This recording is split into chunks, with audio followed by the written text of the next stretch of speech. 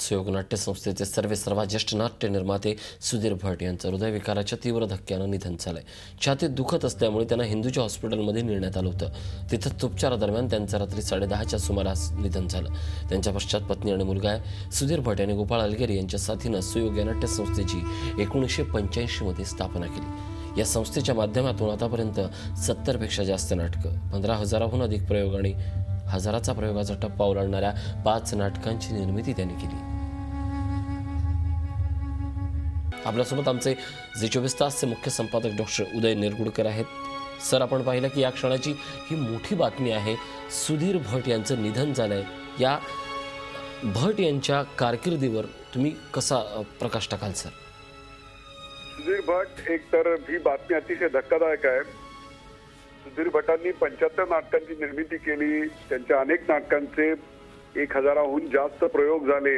अनेक कलावंतांना त्यांनी संधी दिली। अनेक चांगल्या नाटकांना त्यांनी रंगभूमी दाखवली। स्वतःचा असा प्रेक्षक वर्ग घडवला।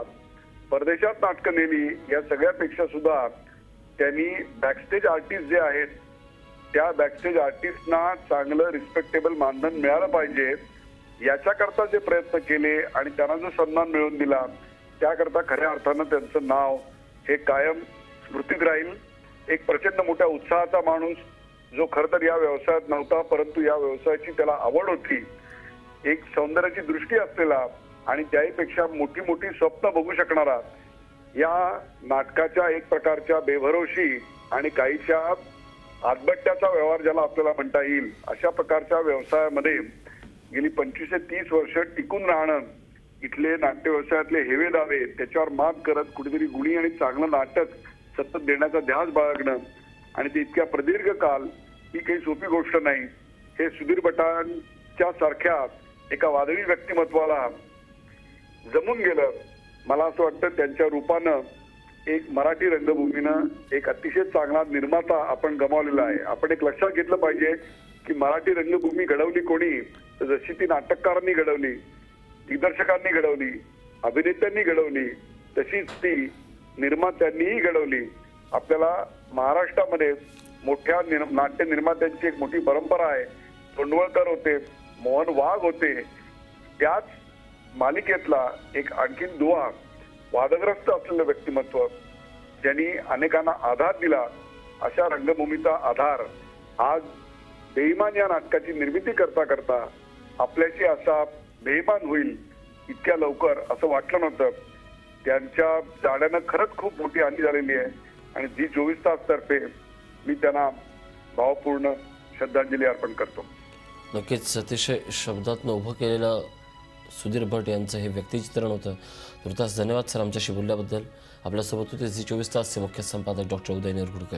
आपल्यासोबत दूरध्वनीवरून संपर्कात आहेत भद्रकालीचे निर्माते प्रसाद कांबळे। प्रसाद, एक निर्माता म्हणून, एक नव्या पिढीचा दमदार निर्माता म्हणून, ज्येष्ठ म्हणून तुम्ही सुधीर भटांची कारकिर्दी पाहिलेली आहे। त्यांच्याकडनं शिकण्यासारखं बरंच काही होतं। एक वैभव उधळून टाकणारा असा हा निर्माता होता।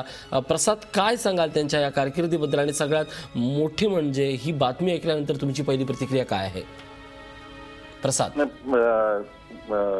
पहिलं तर सुधीर काकाच्या आत्म्याला शांती लाभो ही पहिली माझी प्रतिक्रिया आहे की आजच्या कुटुंबियांच्या दुःखात आज आम्ही सामील आहोत।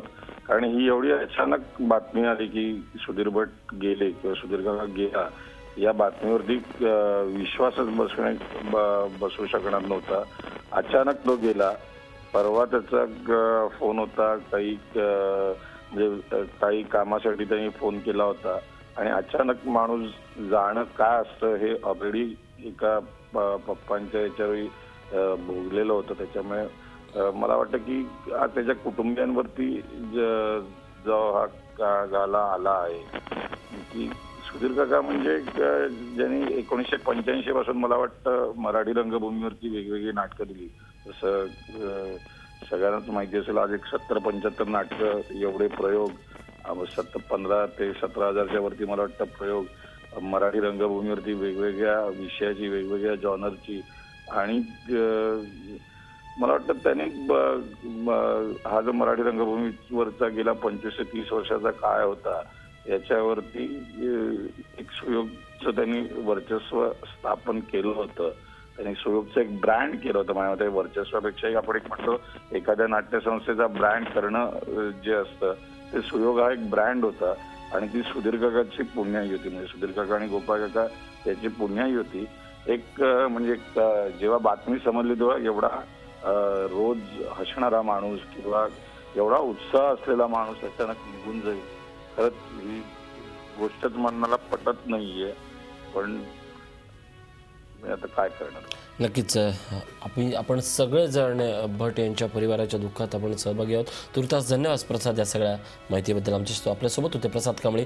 आपल्यासोबत दूरध्वनीवरून जोडले जात आहेत ज्येष्ठ अभिनेते अशोक सराफ आहेत. अशोक सर, आपण ही बातमी ऐकली असेल की सुधीर भट यांचं निधन झालं आहे. सुधीर काकांच्या या अकाली निधनानंतर तुमची काय पहिली प्रतिक्रिया? कारण सुधीर जाणं हे म्हणजे एक मोठा धक्का आहे. कारण म्हणजे त्यात इंडस्ट्रीचा लॉस तर आहेच आहे. कारण एक उत्कृष्ट प्रोड्युसर, उत्कृष्ट नाटकाची जाण असलेला माणूस आणि सगळ्यात गोष्ट म्हणजे महत्वाची गोष्ट म्हणजे माझा अतिशय अतिशय जवळचा मित्र. ह्या बाजूचं दुःख मला तर त्याच्याविषयी जास्ती आहे. अचानक गेला तो, अचानक गेला. आणि मी सुधीरची नुसती रूपं नुसती नाटककार म्हणून मी ओळखत नाही. जी निरनिराळी रूपं मला माहिती आहेत. एक तोंडाने जरी कितीही जरी तो बोलत असला तरी आतून म्हणजे तो इतका सहृदय माणूस होता की दुसऱ्याबद्दल नेहमी काळजी करण्याची त्याची सवय होती.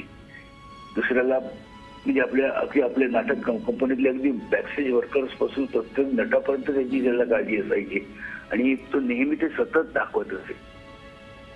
माझा एक चांगला मित्र गमावला, एक चांगला उत्कृष्ट प्रोड्युसर गमावला. हे दुःख मला कायम राहील. आणि अचानक आता मी त्याच्याच नाटकाचा प्रयोग करण्यासाठी मी नाशिकला आहे आणि त्या नाशिकचे प्रयोग या मनावरचा हे कळलेलं त्यामुळे आता आमची थोडी कठीण परिस्थिती झालेली आहे. पण त्याच्यासाठी तरी हे नाटक करायलाच पाहिजे. हा लॉस नुसता इंडस्ट्रीचाच नाही, हा माझा नुसता पर्सनल लॉस आहे असं मला वाटतं. मी आणि माझी फॅमिली यांच्याशी तो इतका म्हणजे मिसळून गेला होता की तो मला एक माझ्या फॅमिलीचाच मला भाग वाटायचा. आणि आता मी ती फॅमिलीचा भाग मी गमावणार आहे आणि मला ही सतत डाच राहणार आहे. मला ही सतत आठवण राहणार आहे त्याची. नक्कीच ही आठवण न पुसता येण्याजोगीच आहे. कारण व मराठी रंगभूमीला भरभरून दान देणारा एक गुणी कलावंत निर्माता आपल्यातनं गेला. ही सल प्रत्येकाच्या मनात राहील. धन्यवाद आमच्याशी बोलल्याबद्दल. ही मला डोक्यात अजून कळत नाही की तो सुधीर नाही आहे.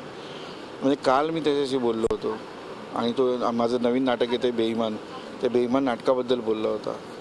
तो नाटकावर खूप प्रेम करायचा. बेईमान नाटक करताना म्हटलं की आपण एखादं नवीन नाटक करूयात जुन्या नाटकापेक्षा. तर त्याचं असं म्हणणं की ही जुनी नाटकं म्हणजे ठेवा आहे, जतन केलेला ठेवा आहे, तो आपण आता करायला पाहिजे. म्हणजे नवीन जुनं असं त्याचा भेद नव्हता. नाटकावर प्रेम करणारा माणूस, कलावंतांवर प्रेम करणारा माणूस, असं मोठा खूप मोठी हानी झाली आहे. मला तर काही सुचतच नाही. स्वतःचं दुःखं नेहमीच टाळायची सवयच होती सुधीरला. दुसऱ्याला जगवणारा सुधीर आज आमच्यात नाही. जो कलाकारांना, बॅकस्टेज वर्कर्सना मेडिक्लेम घेण्यासाठी भाग पाडणारा सुधीर भट, त्यांच्या जगण्यासाठी, त्यांच्यावरची सगळी संकटं दूर करण्यासाठी सतत उभा राहणारा सुधीर भट.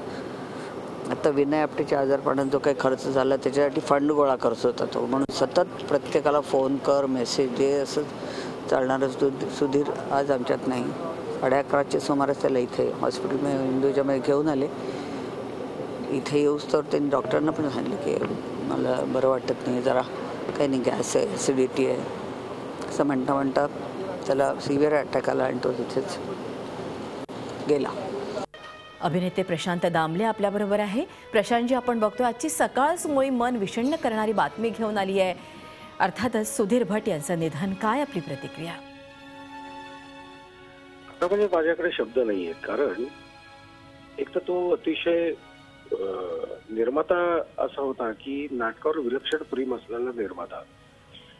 म्हणजे आपलं नाटक हे उत्तमच व्हायला पाहिजे अशी प्रत्येक नाटकाच्या बाबतीत त्याची अपेक्षा असायची. चांगलंच व्हायला पाहिजे, त्यासाठी जेवढी काही मेहनत घ्यायची असेल तर तो स्वतःही घ्यायचा.